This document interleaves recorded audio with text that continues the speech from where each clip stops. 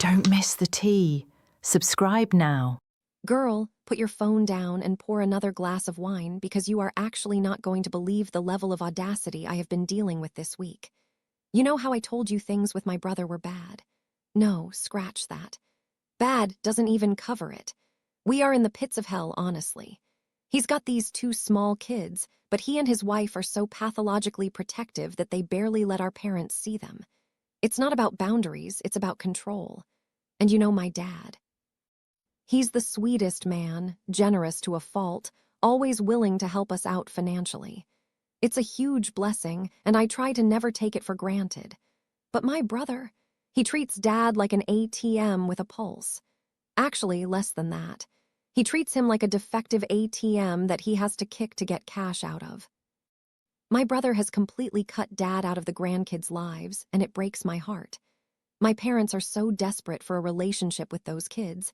They put up with all the disrespect because they're being held hostage emotionally. So here's what happened.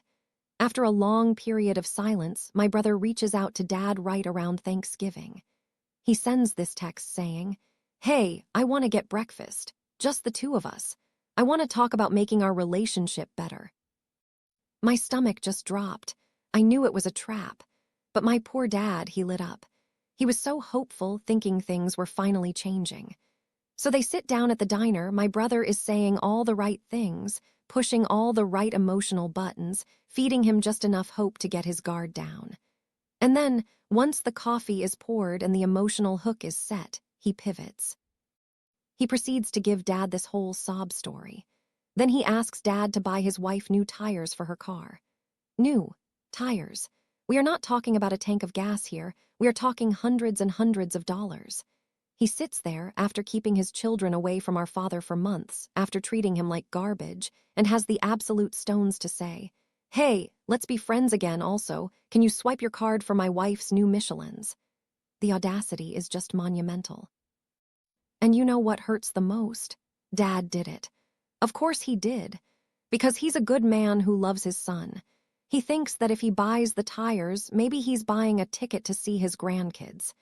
He drops a ridiculous amount of money, all for the slightest chance that this time, it might actually be different.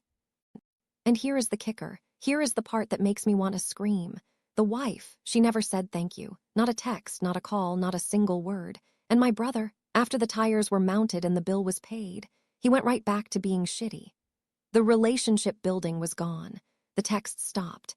It was a smash and grab. Dad is devastated. He told me later, "I understand now. He's only going to reach out when he needs something." Hearing your own father say that about his son just crushed me. No parent should have to realize that their child only views them as a resource to be exploited. It sucks to see my parents being used. It sucks to know my brother is capable of looking our father in the eye, faking love, just to get a handout. It's pathetic.